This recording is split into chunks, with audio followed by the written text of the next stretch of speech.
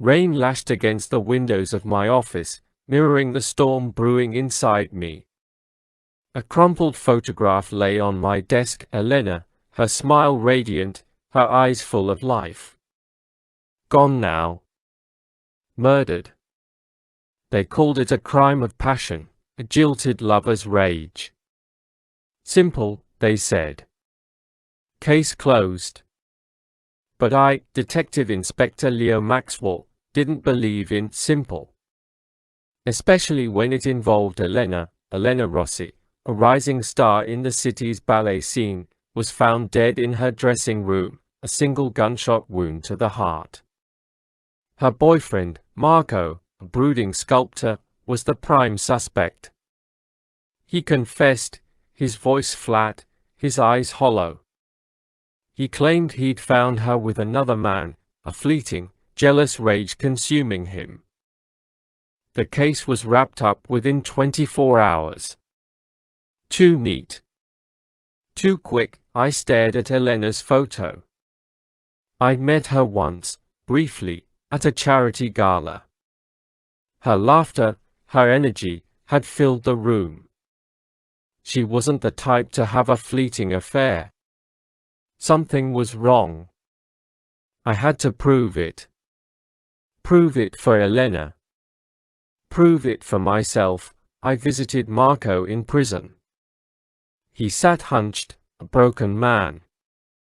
I loved her, he mumbled, his voice barely audible.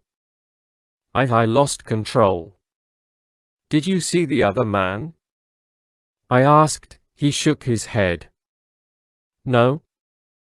Just heard them. Voices. Then the shot. And you waited? Didn't try to stop him? He remained silent. His story felt rehearsed, the emotions forced. He was hiding something. I delved into Elena's life. Her colleagues at the ballet, her friends, her family. They all spoke of her dedication, her ambition, her kindness. No one mentioned another lover. But I found something else, a series of cryptic messages on her phone, deleted but recoverable. They spoke of a secret admirer, someone who sent her flowers, wrote her poems, promised her the world. The messages were unsigned, but the language was intense. Obsessive. My suspicion shifted. Marco wasn't the jealous lover. He was a convenient scapegoat. Someone else was obsessed with Elena. Someone who wanted her all to himself. I traced the messages. They led me to a small, unassuming bookstore. The owner, a quiet, bookish man named Arthur, seemed harmless.